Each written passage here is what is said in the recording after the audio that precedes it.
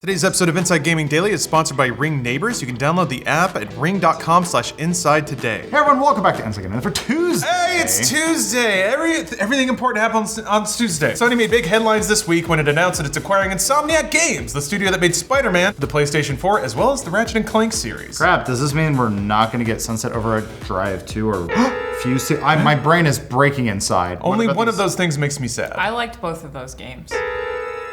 What do you do in Fuse? It's fun to play co-op. There's the guy with the big shield, and then there's the one with the cool gun. Overwatch, got it. Well, fingers crossed, just for Sunset Overdrive 2. But what this does mean is that Sony, like Microsoft, is stockpiling studios to make games for its next generation PlayStation. And it also means that the era of exclusives, as much as a lot of gamers hate them, isn't coming to an end anytime soon. I feel like people only hate exclusives if it's for the Epic Games Store. Like, people seem cool with PlayStation, I don't know, whatever. Oh baby, we got it. It's spicing up, man. The next generation of consoles hasn't even been officially announced yet, and it's already getting really punchy. Bang, bang. Tell us more about this acquisition, Alana. So this makes the 14th studio Sony has added to its roster under the umbrella of Sony Interactive Entertainment Worldwide Studios, or SEWS. Yeah, Sony's acronyms have always been really annoying. Y'all gotta tighten that game up I think people usually just go with SIE. SCEA? Yeah. SCEA? What are we supposed to say, Sony? Sean Layden, the group's chairman, called Insomniac one of the most highly acclaimed development studios in history, adding that their legacy of best-in-class storytelling and gameplay is unparalleled, which, frankly, I agree with. They make very good video games. The one part about this that makes me sad is that they made a bunch of really good Oculus exclusives, and now we won't get any more of those. I did. I actually played Edge of Nowhere, and I really liked it. Unspoken as well, they made good VR games. For Insomniac, the acquisition was proof that the studio has hit the big time even more than the fact that they've made a million amazing games for a million amazing platforms. Welcome to the top, kid. Yeah. It's all cocaine and hookers from here on Turns out. out you just had to make a superhero video game with a delicate ass. Insomniac was actually a longtime independent studio that started back in 1994 and has worked with both Sony and Microsoft in the past. While they were known in the past for well-regarded games like Resistance, Spyro, and Ratchet & Clank, it was Spider-Man that really launched the studio into the stratosphere. Yeah, this is a little cliche, but Spider-Man was a hit with both fans and critics when it released last year. It made a ton of Best of the Years lists, and it showed that Insomniac could make a big AAA game with the best of them, really. I mean, I think the Ratchet & Clank series proved that too. Resistance, they kind of showed that they know what they're doing. Hold on, what about Puddlegate? What happened? Turns out that didn't matter, no one cared. What do you mean? Yeah, Layden went and told the Hollywood Reporter that the success with Spider-Man definitely factored into the decision to buy them. No. Yeah, real shocking. He said, quote, Spider-Man underscores how consequential Insomniac is to gaming in the overall. His quotes are real weird. It's all mushmouth. Is he a robot? This is an AI algorithm that wrote The this. cell processor in the back of his neck. He taught an AI to pretend to be Just Sean Layden. sparks flying out of his ears like They are an impact maker. They are a style setter. Hot. They are a very rare bird. What year is this? And we felt that this was the time to formalize a relationship. Then he said, groovy, baby. Do you think that's how he asked his wife to marry him? Yeah. I think it's time that we formalize the relationship. You're a bird that I just want to get all consequential up into, eh? You're an impact maker. Layden also said that nothing much will change for Insomniac after this deal, saying, I don't think anyone will go in there and tell them how to make a game. For his part, Ted Price, the founder and CEO of Insomniac, gave a quote about how great it was to be coming on board, because of course he would. He didn't talk about Insomniac's next game, but said that, quote, we've enjoyed a special relationship with PlayStation practically since our inception. Our partnership amplifies our potential, and Marvel's Spider-Man was a testament to this. He also said that they're excited to take the next step in our growth. Yeah, which, I mean, that means they're making a new Spider-Man, right? They're definitely making a new Spider-Man. It's too profitable for them to not make a new Spider-Man. And it's become kind of the face of the console. It's become the face of Sony, actually. So it's not hard to figure out why Sony did this. Spider-Man was one of the signature exclusives for the PlayStation 4 this generation. It's one of those games that some people probably bought a PS4 to play. And as far as exclusives go, it sold pretty well, right, Alana? Yeah, so Spider-Man was the second top selling for the PS4, selling more than 13 million copies. That is only behind Uncharted 4, which moved 15 million, and it's ahead of God of War, Horizon Zero Dawn, and The Last of Us Remastered, which all sold 10 million, which was crazy because I remember when Horizon Zero Dawn and then God of War hit those records, everyone was like, how can anyone beat this? Can't be broken. And then of course Spider-Man did. It makes sense. Hold on, did you see the announcement of Death Stranding that there's a P button? I did did see that. Jeff Keighley's in it. Yes. Move over Spider-Man. Norman Reedus's urethra is coming for you. Yeah, these massive balls that store so much pee. You know he scanned it in. Also, it's worth mentioning that Spider-Man, in case you didn't know, is also a movie franchise. What? And has a lot of gas in its tank. We just learned this morning. Yeah, shocking. The latest movie, Far From Home, which explores life for a post-Endgame Spidey, made more than $1.1 billion. That's Sony's highest grossing movie ever. And I'm sure Sony thinks they did it all themselves. But also Into the Spider-Verse was amazing too. It was very good. Yeah. Did it actually win any awards? It won Yeah, Best it did. Animated Film. Yeah. Okay. Got an Oscar. Fantastic. Too bad it made like no money, comparatively speaking. I have an argument for that one. It should have been nominated for Best Picture of the Year. You're right. I agree. It's a damn good Yeah, movie. the Oscars or whatever. Sony's now in a position where it can crank out some really good Spider-Man movies and Spider-Man games for the foreseeable future. Probably gonna ride that as long as it can. So Webby future we're in. Spider-Man universe has been around for decades. It's got all kinds of course material that Sony can mine. yeah, the Clone Saga. Right. I think Into the Spider-Verse is how you do clones, but make it not shitty. So now you can wrap in all of the good spiders from Clone Saga. Can I we would show love the- a Spider-Gwen game. That would be That'd cool. be super Or a Spider-Gwen skin, or like, Any- let us play as Spider-Gwen instead of goddamn Mary Jane, please! As for the game, Insomniac hasn't announced anything officially, but you've got to assume that they're working on a sequel for the PlayStation 5. Or maybe a remake then sequel, something like that. Which makes sense. The developer has done a lot of experimenting in recent years, to less than favorable results actually, which might be why the acquisition is happening right now. What do you mean by that, Lawrence? Through Alana. Well, I would think that Lawrence is probably saying, if you would like me to translate, that Spider-Man was a huge blowout success, but it did follow years of strange projects that kind of went nowhere for Insomniac, and most of them you probably haven't even heard of. There was 2014 Sunset Overdrive, which had the misfortune of launching with one of the most poorly marketed consoles in history, but it is a fantastic game. and So it's good! Basically Spider-Man 1. It's so good. It's on Steam now. Play it, or I hate you. I agree with that, by the way. Play it or I hate you too. In the years since, though, Insomniac experimented with mobile and VR titles, none of which really took off. The developer released a slew of mobile titles in 2015, Slow Down Bull, Fruit Fusion, Bad Dinos, and Digit and Dash round out the who's who of I've never heard of any of those. I mean, when you're Sony, you're looking to acquire someone, you go, what else have you made besides Spider-Man? What the hell are those, and are they made up? They have their Oculus exclusives, including Edge of Nowhere, The Unspoken, and Feral Rights. I reviewed The Unspoken for IGN. It's a spellcasting game. You actually have to do like You're a spellcraft wizard. and then you cast. It was super fun. I really Yeah. liked it. Lightning Very bolt. limited, but very fun. It's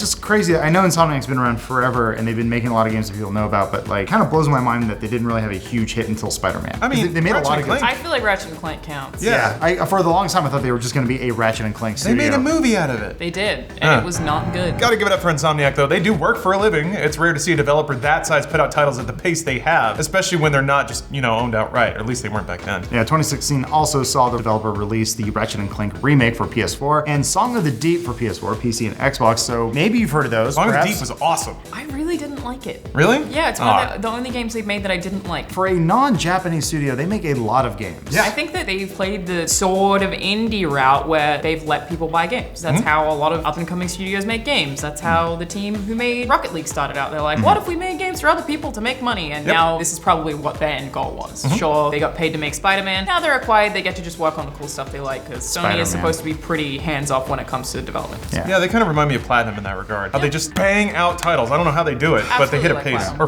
FromSoft in that regard too. But regardless, it seems that Insomniac spent the years following Sunset Overdrive trying to diversify their business model with VR and mobile. Based on this acquisition, we can only assume that those attempts didn't really work out. So now Insomniac is going back to its bread and butter in a permanent way, most likely, cranking out big, expensive, pretty AAA games for PlayStation 5 and beyond. Maybe PSVR too, since they have experience in VR. Maybe they'll have their A team working on big Spider-Man games for the rest of time. Maybe a smaller team cranking out cool VR titles for PlayStation VR. I just fear that they're gonna go to Sony and go, hey, these are the ideas in our PowerPoint that we want to make those.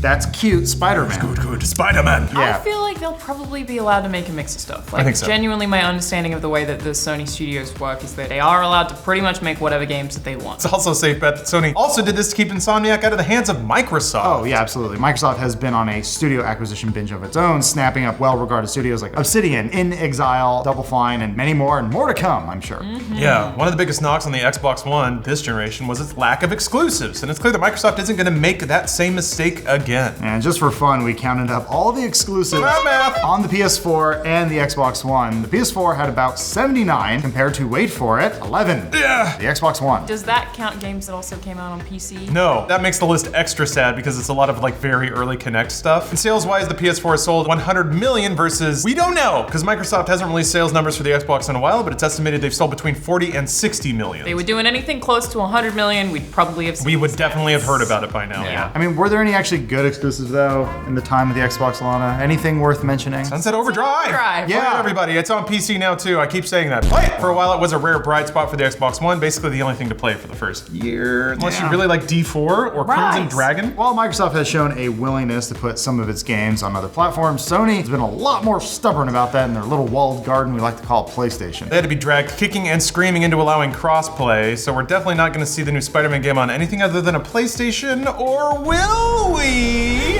Times are changing a lot faster than any of us expected, at least according to an interview yesterday with Bloomberg. John Layden told Bloomberg that, quote, "You will see in the future some titles coming out of my collection of studios, which may need to lean into a wider installed base." Oh my god, so does that mean we're about to follow the Microsoft template and open up their first-party stable developers to more platforms? Because people are trying to sell their live services and don't care about their hardware anymore. Yeah. So the question for me here is, what is a wider platform compared to the PlayStation 4? Because the PlayStation 4 has sold 100 million consoles, like we said. It's mobile or PC, or they're really the only two, or smart TVs, like smart refrigerators. Those are the only really platforms that are more ubiquitous than PlayStation 4's. One of those is very exciting, PC. All the other ones I don't care about. I want to play Spider-Man 2 Part 4 or whatever on my oven. A huge part of the PlayStation 4's success was because of exclusives, like we keep reiterating. Spider-Man, God of War, Uncharted 4, and Horizon Zero Dawn, which I'll take any of those games on PC, please. All of those studios that made those games are now owned by Sony. It's like there's a pattern here. There's a consolidation here. They're not taking any chances when it comes to the next generation, but it is a bummer for us gamers, because that means that once again, you'll have to buy multiple consoles if you want to play everything that comes out in the next generation. Yeah, this generation proved that exclusives still matter. Of course, Nintendo has been proving that for years with its consoles. They're off in their little sandbox. Yeah, because that's all they have. Yeah, but for Microsoft and Sony, lots of people will end up picking up one or the other just to play big multiplex. Layden was coy about what Insomniac will be working on next, but he shouted out two franchises by name, saying that, quote, "We like what they've been doing in the Spider-Man franchise, and things like Ratchet and Clank are certainly vital series in the present and future. That's what we're concentrating on." Layden also added that if they have ideas around new game concepts, which every team does, we will look forward with great anticipation to what the future brings. More Spider-Man money. They've been making Spider-Man games for forever, and I have been playing them for forever. Every time there's a new Spider-Man announced, I'm like, great, can't wait to play it. I've already played 7 of these, can't wait for the next one. Fine by me. Web of doing Shadows. Check it out. It's actually a good game. Yeah. Arcade's Revenge, that's the real shit. There were technically 2 of them on PS4. There were 2 Spider-Man games. The first one was, You're talking about Amazing Spider-Man 2? yeah, Yeah. Ooh. was not that good. That one No. sucked. Yeah. But you got to go first person and look through his like really shiny reflective eye goggles Just to what I web always thwip wanted. everywhere. Yeah. Have you ever Holy wanted crap, to that game be sucked. Andrew Garfield? The answer was no. No, Oh, yes. actually no, I Oh, don't, okay. ever. Okay. Today's episode of Inside Gaming Daily is brought to you by Ring Neighbors, because when the console wars start heating up, you're gonna need a protective friend on your side to make sure that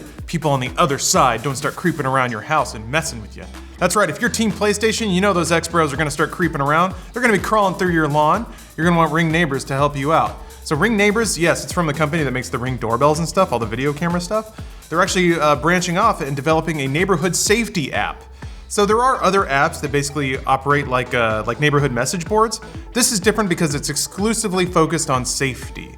So weird sounds in the night, people gorilla crawling through your driveway to try to mess with you because you're a PlayStation guy. You don't have to worry about that anymore because of Ring Neighbors. Basically, it's people in given neighborhoods post anonymously about issues that they are concerned about. It's like a new neighborhood watch. You can basically look and see what's going on, people post updates, and you can be connected and in the know when it comes to what's going on in your neighborhood and help out. Be a good neighbor. So if you see that you're the house next to you, if you see them playing Xbox in there, you can rat them out on Ring Neighbors, and then everybody will know who's on what side. Make sure that these wars go down appropriately. If you want to see what's going on in your neighborhood, download the Neighbors app today. Go to ring.com/inside. Download for Apple or Android app stores.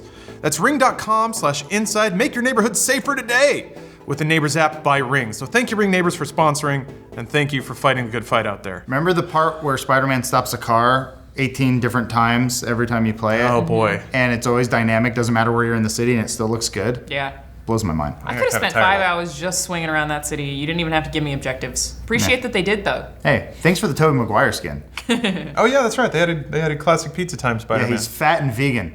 That there's still a desire for people to play games on an old-fashioned box. Yeah, of course there is. And I don't want to ever lose the Christmas of getting a box and opening it up and tearing out the thing and slamming it on my desk. Yeah, and, but what if the next PlayStation is just an app? And then on Christmas you can download an app. Well, Lawrence is gonna lose it because he's gonna get too old. I'll have to like plug it into my Neuralink and it'll be too old. And He's my gonna be complaining so much when he's 60.